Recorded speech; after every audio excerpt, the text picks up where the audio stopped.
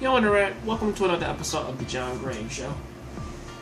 I've been thinking about Dragon Ball Super for the longest while now, and for some reason, my brain has really been going over these past, 4 episodes that I haven't touched, because the last episode that I actually talked about was 110.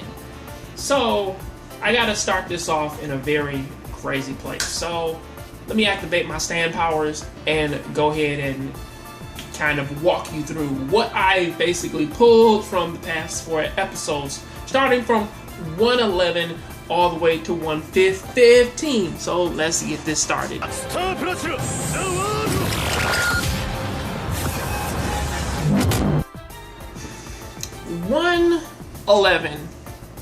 The most I can pull from 111 is that this series really has been trying its hardest to justify the reason as to why Jiren is as strong as he is.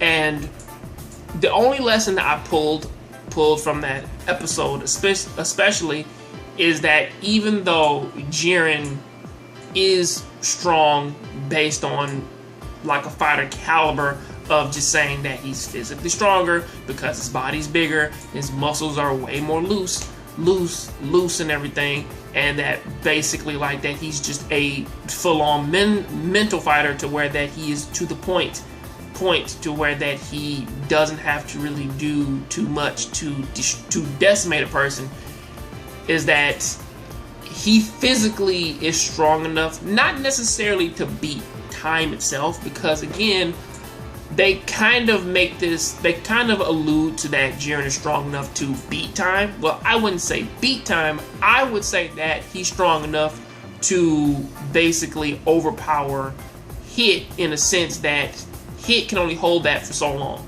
As Universe 6 was kind of banking on the fact of like, well, yeah, Jiren can be held, man, for like a half hour, when realistically Hit is hurt, he's beaten down, and he's kind of open.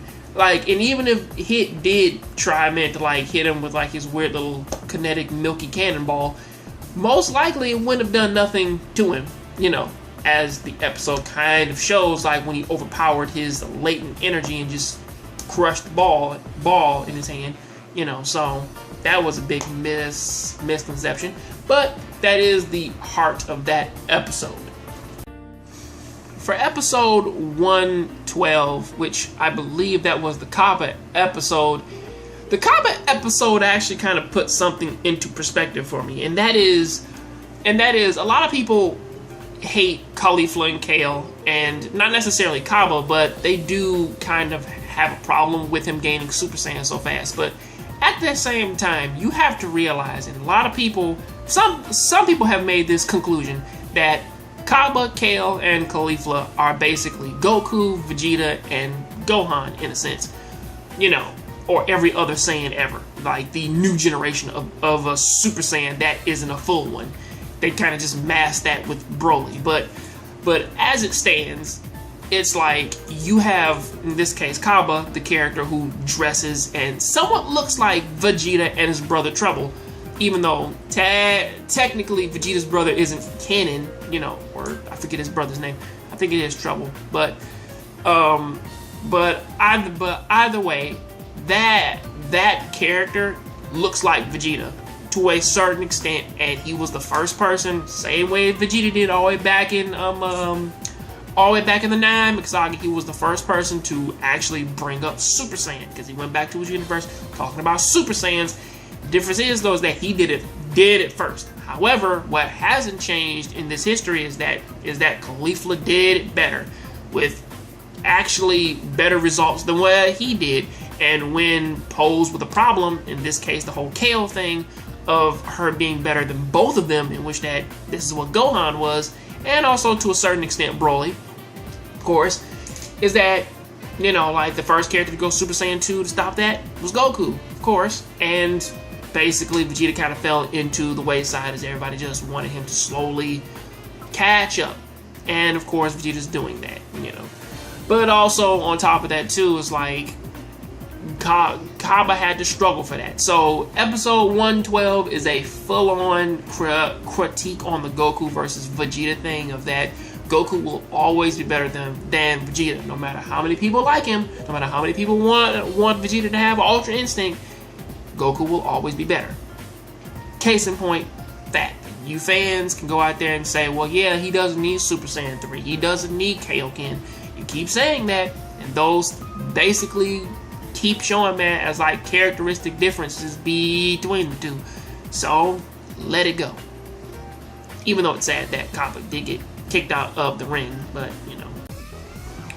Episode 113 to 115 in this case. This one, I'm just covering all three of them because basically for these, like, they have been on this for the longest while now of hey, man, we have Caulifla fighting Goku in his weakened state, but Goku appears to be a better fighter, which they are showing the difference that, yes, Caulifla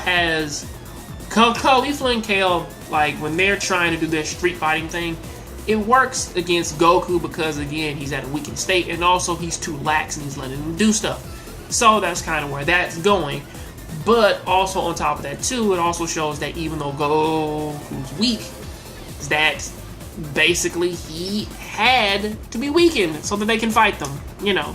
Which is weird why they would hit the nerf button so hard that it would break the console, but realistically speaking, like, I kind of don't think that was necessary in the first place. But either way, Street Fighter team versus martial art team, and the martial art team wins because he has more transformations than them. So that's kind of where that's going, and it's super silly, you know, because as it stands, like, even with Super Saiyan 3, he would have beat them down. So there's that.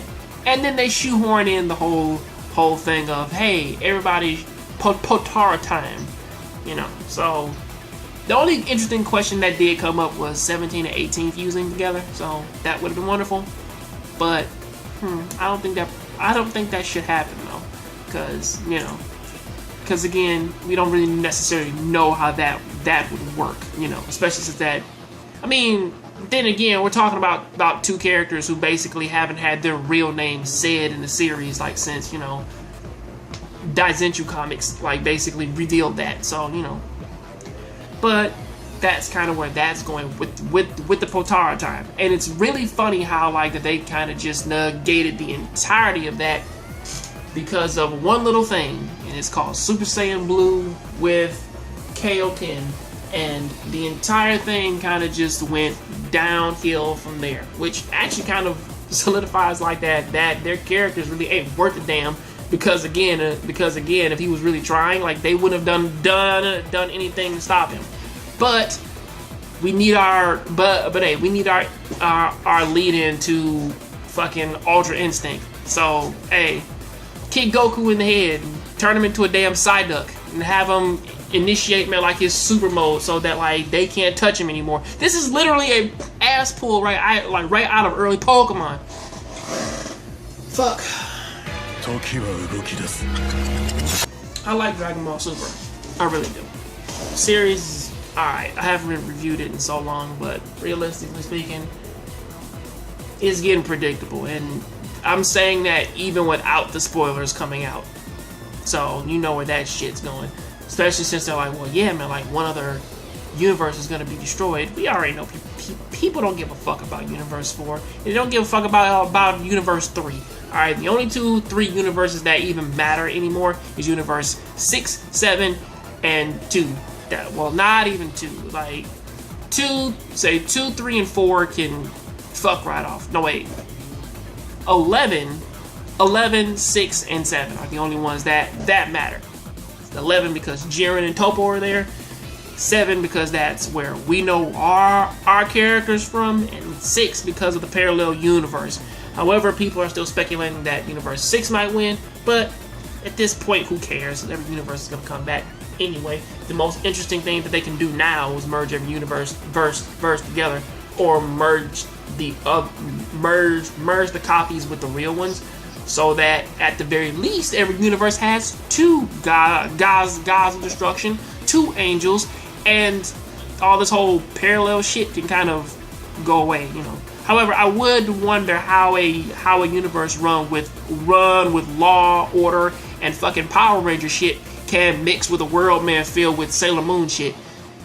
realistically speaking, like, they do kind of go hand in hand. But that is what I gotta say about that. Tell me what you think about this down there in the comment section. Catch you on the next Jongravesshow. And if you are watching this video, I'll give you my thumbs up.